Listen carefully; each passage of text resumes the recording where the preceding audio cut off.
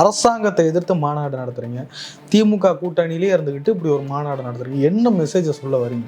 பல பேர் அந்த கள்ளச்சாராயத்தை குடித்து இறந்து போனார்கள். இறந்தவர்கள் ஏறக்குறைய வன்னிய தோழர்மார்கள் தான். அந்த இடத்துல போய் அவங்கள்ட்ட போய் வந்து கண்ணீரை துடைப்பதை போல அவர்களுக்கு உறுதியளித்து இருக்கிறார்.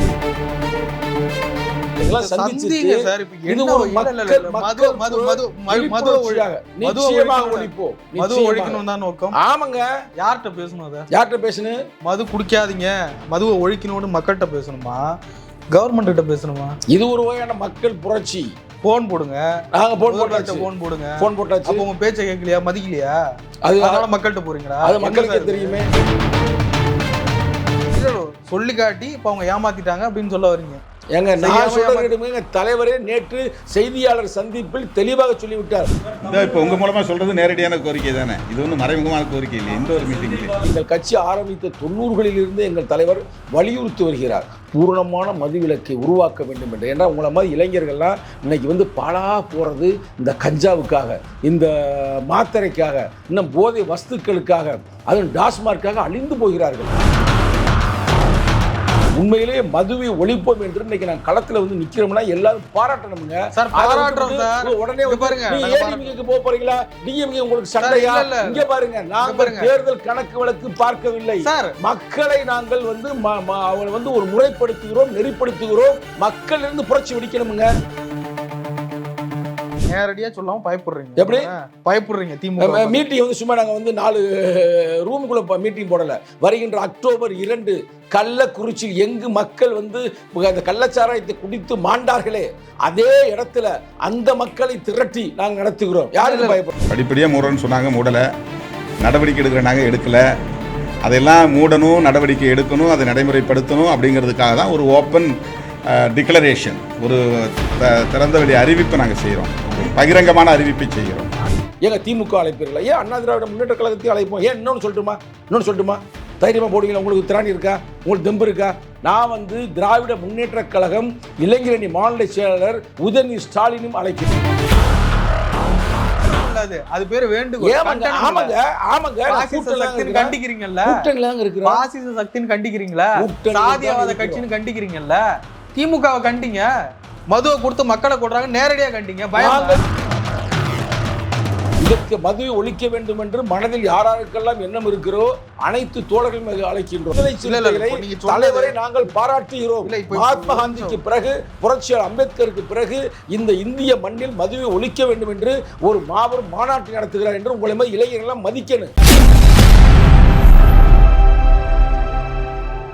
Big Bang Tamil BBT. நம்மோடு விடுதலை சிறுத்தைகள் கட்சியின் மாநில இளைஞரணி செயலாளர் சங்கத்தமிழன் இணைந்திருக்கிறார். வாருங்கள், அவரோட பேசலாம். சார் வணக்கம். வணக்கம். இல்லை, நீங்கள் பண்ணுறதெல்லாம் நல்லா இருக்கா? எப்படி நல்லா இருக்கான்னு கேட்குறேன். நல்லா இருக்க வேண்டும் என்பதற்காகத்தான் நாங்கள் நன்றாக செயல்படுகிறோம். என்ன நன்றாக செயல்படுறீங்க? என்ன செயல்படுகிறோம் என்பதை கூட்டணியில் நேற்றைய தமிழக மக்கள், தமிழக தலைப்புச் செய்தி எங்கள் தலைவர் தானே. நேற்றைய தலைப்புச் செய்தி யார், இன்றைய தலைப்புச் செய்தி யார், நாளைய தலைப்புச் செய்தியும் எங்கள் தலைவர், எங்கள் கட்சி அப்படின்றது உலகத்துக்கு தெரிய வந்திருக்கிறது. இதை என்ன சொல்ல வரீங்க? அந்த போதைப் பொருள் ஒழிப்புக்காக ஒரு மாநாடு நடத்துறீங்க, அரசாங்கத்தை எதிர்த்து மாநாடு நடத்துறீங்க, திமுக கூட்டணியிலே இருந்துக்கிட்டு இப்படி ஒரு மாநாடு நடத்துறீங்க, என்ன மெசேஜை சொல்ல வரீங்க? நாங்கள் வெறும் திராவிட முன்னேற்ற கழகம் தமிழக அரசாங்கத்தை மட்டும் எதிர்த்து நாங்கள் இந்த மாநாடு நடத்தவில்லை. வருகின்ற அக்டோபர் 2 காந்தி அவருடைய பிறந்த நாள், காமராஜர் அவருடைய இறந்த நாள். அந்த நாளில் இந்திய அரசாங்கத்தையே எதிர்த்து நாங்கள் நடத்துகிறோம், ஒன்றிய அரசாங்கத்தையே எதிர்த்து நாங்கள் நடத்துகிறோம். இந்தியா முழுவதும் பூரண மதுவிலக்கை உருவாக்க வேண்டும். உறுப்பு எண், அரசியல் அமைப்பு சட்டம் உறுப்பு எண் 47 பிரகாரம் பூரணமான மதுவிலக்கு உள்ள ஒரு தேசத்தை படைக்க வேண்டும். அதைத்தான் யாரு தேச தந்தை என்று போற்றப்படுகின்ற மகாத்மா காந்தி விரும்பினார். அதைத்தான் புரட்சியாளர் அம்பேத்கர் விரும்பினார். அந்த வரிசையில் இன்று எழுச்சி தமிழர் அதை செயல்முறைப்படுத்த வேண்டும் என்ற ஒற்றை காரணத்தால் தான் நாங்கள் இதை பிரகடனப்படுத்தி இருக்கிறோம். சும்மா இல்ல, பிரகடனப்படுத்தி இருக்கிறோம். என்ன பண்ணணும்? அதற்கு நாங்கள் மாநாடு நடத்துகிறோம், மக்களுக்கு விழிப்புணர்ச்சி ஊட்டுகிறோம். நாங்கள் நேரடியாக மாநாடு நடத்தலாம். பண்ணணும் என்ன பண்ணுகிறோம் என்பதை சொல்லுகிறோம், என்ன பண்ணணும் என்பதை நீங்கள் புரிந்து கொள்ளுங்கள். என்ன பண்ணணும்? பொறுங்கள், அமைதியாக இருங்கள், அமைதியாக இருங்க. நெறியாளர்கள் அமைதியாக இருங்க. நான் சொல்றேன், பொறுங்க. எங்க தலைவர் சும்மா நேரடியா போய் மாநாட்டு மேடையில ஏறல. யாராவரோ கட்சியில் ஆரம்பிக்கிறோம், நேர மாநாட்டு தான் அப்படின்னு போகிறாங்க, அது வேறு பிரச்சனை. எங்கள் தலைவர் அதை ஒரு செயல் திட்டமாக உருவாக்கி நேற்று மரக்காணம் பகுதியில் ஞாபகம் இருக்கிறதா, போன ஆட்சியில், இந்த ஆட்சியில் அண்ணா திராவிட முன்னேற்ற கழக ஆட்சியில் பல பேர் அந்த கள்ளச்சாராயத்தை கொடுத்து இறந்து போனார்கள். இறந்தவர்கள் ஏறக்குறைய வன்னிய தோழர்கள் தான், வன்னியர் மக்கள் தான். அந்த இடத்துல போய் அவங்கள்ட்ட போய் வந்து ஒரு கண்ணீரை துடைப்பதை போல அவர்களுக்கு உறுதியளித்து இருக்கிறார். அது மட்டுமல்லாமல் நம்ம பேசிக்கொண்டிருக்கிற இந்த தருணத்தில் நம்ம நாவருக்கா எலெக்ஷனுக்கு முன்னாடி கள்ளக்குறிச்சியில் நடந்துச்சுல, அவர்களையும் சந்திக்கிறார், மீண்டும் சந்திக்கிறார், ஏற்கனவே சந்தித்தார், மீண்டும் சந்திக்கிறார். இதெல்லாம் சந்திச்சு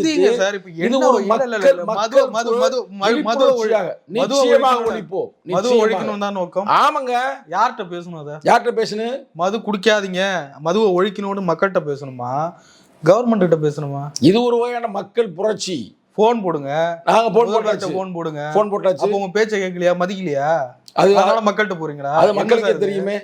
ஏங்க, அவங்களே வந்து திராவிட முன்னேற்ற கழகமே தளபதி ஸ்டாலின் அவர்களே ஆட்சி வருவதற்கு முன்னால் நான் மதுவை ஒழிப்பேன் என்று அவர் வீட்டுக்கு முன்னால், அவர் மட்டுமல்ல அவர் அன்பு மகன் உதயநிதி ஸ்டாலின், இந்த பக்கம் வந்து கனிமொழி ஆகியோர்கள் நின்று கருப்பு கொடி காட்டி நாங்கள் ஆட்சிக்கு வந்தால் மதுவை ஒழிப்போம் என்று சொன்னார்கள். நாங்களும் சொன்னோம், தொடர்ந்து வலியுறுத்தி வருகிறோம். ஆனால் அவர்கள் செயல்முறை உண்மைதாங்க. இல்ல சொல்லி காட்டி இப்ப அவங்க ஏமாத்திட்டாங்க அப்படின்னு சொல்ல வரீங்க. ஏங்க, நான் சொல்றேன், தலைவரே நேற்று செய்தியாளர் சந்திப்பில் தெளிவாக சொல்லிவிட்டார். ஆனா உங்களை மாற்ற பத்திரிகையாளர் சொல்லுகிறேன், நீ என்னமோ எங்களுக்கு திமுகவுக்கு உள்ள பிரச்சனை மாதிரியே கொண்டு போறீங்க. நீங்க பாராட்டணுங்க. என்ன சொல்லணும்? பாராட்டணும். விடுதலை சிறுத்தைகளை தலைவரை நாங்கள் பாராட்டுகிறோம். மகாத்மா காந்திக்கு பிறகு, புரட்சியாளர் அம்பேத்கருக்கு பிறகு இந்த இந்திய மண்ணில் மதுவை ஒழிக்க வேண்டும் என்று ஒரு மாபெரும் மாநாட்டை நடத்துகிறார் என்று உங்களை மாதிரி இளைஞர்கள் மதிக்கணும், பாராட்டணும், அதுக்கு முன்னாடி நீங்க ஒண்ணு சொல்லுங்க. முதலமைச்சர் மு க ஸ்டாலினும் உதயநிதி ஸ்டாலினும் வீட்டு வாசல்ல அந்த பதாகையை பிடிச்சிக்கிட்டு மதுவை ஒழிக்கணும்னு போராடினாங்க, கரெக்டா? இப்ப வந்த பிறகு ஒழிக்கல, அப்ப தமிழ்நாட்டு மக்களை ஏமாத்திட்டாங்க, அப்படிதானே? நீங்க என்ன நினைக்கிறீங்க அதை பத்தி? நீங்க என்ன நினைக்கிறீங்க அதை பத்தி? நாங்க என்ன நினைக்கிறோம் அப்படி நீங்க நினைச்சதுனாலதான் இப்ப மாநாடு அறிவிச்சிருக்கீங்க. நாங்கள் இன்று நேற்றல்ல, 2015 யாரு இல்ல சார், ஒருத்தர் வந்து இந்த மதுவுக்காகவே போராடி தற்கொலை செய்து கொண்டார். நான் இருக்கா? அதான் சார், சசி பெருமாள் ஐயாவுடைய பேரை நீங்க மறந்துட்டீங்க. சசி பெருமாள் வந்து இதற்காகவே போராடி இறந்து போனார், தற்கொலை செய்து கொண்டார். அன்றிலிருந்து மட்டுமல்ல, எங்கள் கட்சி ஆரம்பித்த 90களிலிருந்து எங்கள் தலைவர் வலியுறுத்தி வருகிறார், பூரணமான மதுவிலக்கை உருவாக்க வேண்டும் என்று. ஏன்னா உங்களை மாதிரி இளைஞர்கள்லாம் இன்னைக்கு வந்து பாழா போறது இந்த கஞ்சாவுக்காக, இந்த மாத்திரைக்காக, இன்னும் போதை வஸ்துக்களுக்காக, அதுவும் டாஸ்மார்க்காக அழிந்து போகிறார்கள். மனித வளம் அழிந்து போகிறது. நீ அதை பத்தி யோசிக்க, திமுக அதிமுக எப்படி பேச முடியுது? நான் இந்த நேரத்தில் எம்ஜிஆர் டிவி, எம்ஜிஆர் என்ற ஒரு மாபெரும் ஒரு தலைவருடைய பேரை வச்சிருக்கிறீங்க. அந்த தொலைக்காட்சி மூலமாக அந்த சோசியல் மீடியா இளைஞர்களுக்கு சொல்லுகிறேன், உண்மையிலேயே மதுவை ஒழிப்போம் என்று இன்னைக்கு நான் களத்துல வந்து நிக்கிறோம்னா எல்லாரும் பாராட்டணுங்க. உடனே ஏடிஎம்கேக்கு போக போறீங்களா, டிஎம்கே உங்களுக்கு சண்டையா? இங்க பாருங்க, நாங்கள் தேர்தல் கணக்கு வழக்கு பார்க்கவில்லை, மக்களை நாங்கள் வந்து அவங்களை வந்து ஒரு முறைப்படுத்துகிறோம், நெறிப்படுத்துகிறோம். மக்கள் இருந்து புரட்சி வெடிக்கணுமுங்க. நீ கேக்குற ஏன் மக்கள் கேக்குறீங்க? ஏன் மக்கள் சொல்றதை கேளுங்க. சொல்லுங்க. பாராட்டுறோம், பாராட்டுங்க, நல்லா அங்க பார்த்து பாருங்க. அதே நேரத்துல திமுக ஏமாத்துதுன்றத ஒத்துக்கிறீங்களான்னு கேக்குறேன். திருமாவளவன் நான் கேட்ட பாராட்டுறோம்னு தான் சொல்றேன். பாராட்டுங்க. அப்ப திமுக ஏமாத்துதுன்றத ஒத்துக்கிறீங்களா? அது மக்களுக்கு தெரியும். உங்களுக்கு தெரியுதா இல்லையா? மக்களுக்கு தெரியும். நீங்க தானே சார் மக்கள்கிட்ட கொண்டு நாங்கள் ஏன் போராட்டம் நடத்துகிறோம் என்பது மக்களுக்கு தெரியும், திமுகவுக்கும் தெரியும். நேரடியா சொல்லாம பயப்படுறீங்க. எப்படி பயப்படுறீங்க? திமுக மீட்டிங் வந்து சும்மா நாங்க வந்து 4 ரூமுக்குள்ள மீட்டிங் போடல. வருகின்ற அக்டோபர் 2 கள்ளக்குறிச்சியில் எங்கு மக்கள் வந்து அந்த கள்ளச்சாராயத்தை குடித்து மாண்டார்களே, அதே இடத்துல அந்த மக்களை திரட்டி நாங்கள் நடத்துகிறோம். யாருக்கு பயப்படுறோம்? சாராயத்தை கொடுத்து மக்கள் கொல்லப்படுகிறார்கள், அப்படி அந்த அர்த்தத்துல கூட உறுதியாக கூட வச்சுக்கலாம். நீங்களும் உறுதியாக அதை நேரடியாக எதிர்க்க இந்த அரசாங்கத்தை கண்டிக்க விடுதலை சிறுத்தைகளுக்கு திராணி இல்லை. இங்க பாருங்க. நேரடியாக நீங்க வந்து கண்டிச்சிங்களா? எங்க தலைவருடைய ஸ்டாலினை கண்டிச்சிங்களா? நீங்க பேசின தமிழ்நாடு பேச்சை கவர்மெண்ட் வாபஸ் வாங்கலைன்னா இங்க வந்து நாங்க வந்து இனிமே உங்களுக்கு பேட்டி கொடுப்பீங்களா? இங்க பாருங்க ஒண்ணு, எங்க தலைவருடைய அறிக்கை எடுத்து படிங்க. எங்க தலைவருடைய அறிக்கையிலேயே தமிழக அரசாங்கமே மதுவை படிப்படியாக நீங்கள் குறைக்க வேண்டும் என்று நேரடியாக மறைமுகமான திராணி உள்ள ஒரே கட்சி விடுதலை சிறுத்தைகள். சும்மா வேண்டுகோள் அல்ல, இது கண்டனம் உள்ளது. அது பேரு வேண்டுகோள். ஆமாங்க ஆமாங்க, சக்தின்னு கண்டிக்கிறீங்கல்ல, பாசிச சக்தின்னு கண்டிக்கிறீங்களா, சாதியவாத கட்சின்னு கண்டிக்கிறீங்கல்ல, திமுகவை கண்டிங்க. மதுவை கொடுத்து மக்களை கொடுறாங்க, நேரடியா கண்டிங்க. நாங்கள் நம்புகிறோம் திராவிட முன்னேற்ற கழகம் 2026 தேர்தலுக்கு முன்னால் மதுவை பூரணமாக ஒழிப்பார்கள் என்று நாங்கள் நம்புகிறோம். 2016 என்ன வாக்குறுதி கொடுத்தாங்க? அதை கொண்டு போங்க மக்கள்கிட்ட. ஏமாத்துறீங்களே, கொஞ்சமாவது இது இல்லையான்னு கேளுங்க. மாநாடு நடத்துவதை எதற்காக சார்? மாநாடு விழிப்புணர்ச்சி அடைய வேண்டும் என்பதற்காக. என்னன்னா ஸ்டாலின் அவர்களுக்கு போன் போட்டீங்க, அவர் மதிக்கல. அதுக்கப்புறம் நேரா போய் பேசுனீங்க, மதிக்கல. வேற வழி இல்லன்னு தெருவுக்கு வரீங்க. இதுதான் நடக்குது. தெரு யாருக்காக, எதற்காக தெருவுக்கு வருகிறோம்? அப்ப இல்ல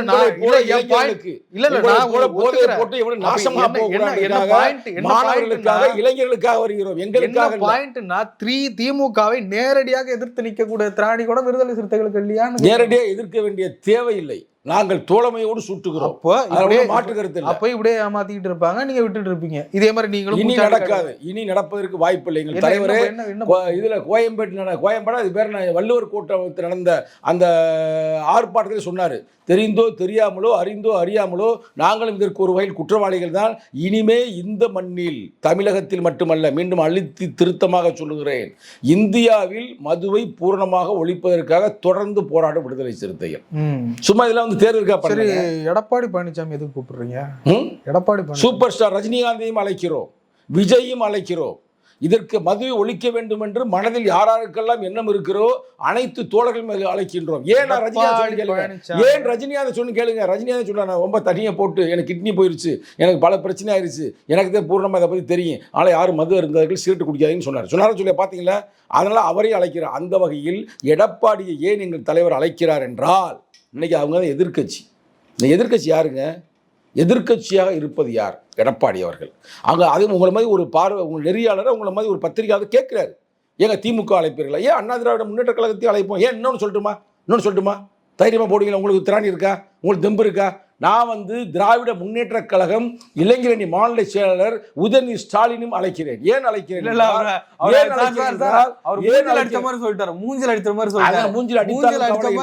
மக்களுக்காக. ஏன்னா நீங்க ஒரு இளைஞரணி செயலாளர் மட்டுமல்ல, இன்று தமிழ்நாட்டினுடைய நீங்க ஸ்போர்ட்ஸ் மினிஸ்டர், விளையாட்டுத்துறை அமைச்சர். விளையாட்டில் இருக்கின்ற இளைஞர்கள் போதை வஸ்துக்களை பயன்படுத்தக்கூடாது. மொத்தத்தில் இருக்கிற தமிழகத்தில் இருக்கிற இளைஞர்களே போதையை பயன்படுத்தக்கூடாது, இந்தியாவில் இருக்கிற இளைஞர்களும் பயன்படுத்தக்கூடாது என்ற எண்ணத்தில் நிச்சயமாக மாறுபட்ட கருத்து இருக்காது. உங்கள் அரசாங்கம் எதை வேணுமானால் முடிவெடுக்கலாம். ஆனால் நீங்கள் ஒரு இளைஞரணி செயலாளர்கள், இளைஞரை நீங்கள் வழிநடத்தக்கூடிய பொறுப்பு உங்களுக்கு இருக்கு. ஆக உங்களையும் நாங்கள் அழைக்கிறோம். என்ன பிரச்சனை? மூஞ்சில் அடிச்ச மாதிரி அடிச்சு போறாங்க. ஏதாவது பண்ணிட்டு போங்க. அன்னை தெரசாவை கேள்விப்பட்டிருக்கீங்களா? இல்ல பாருங்க,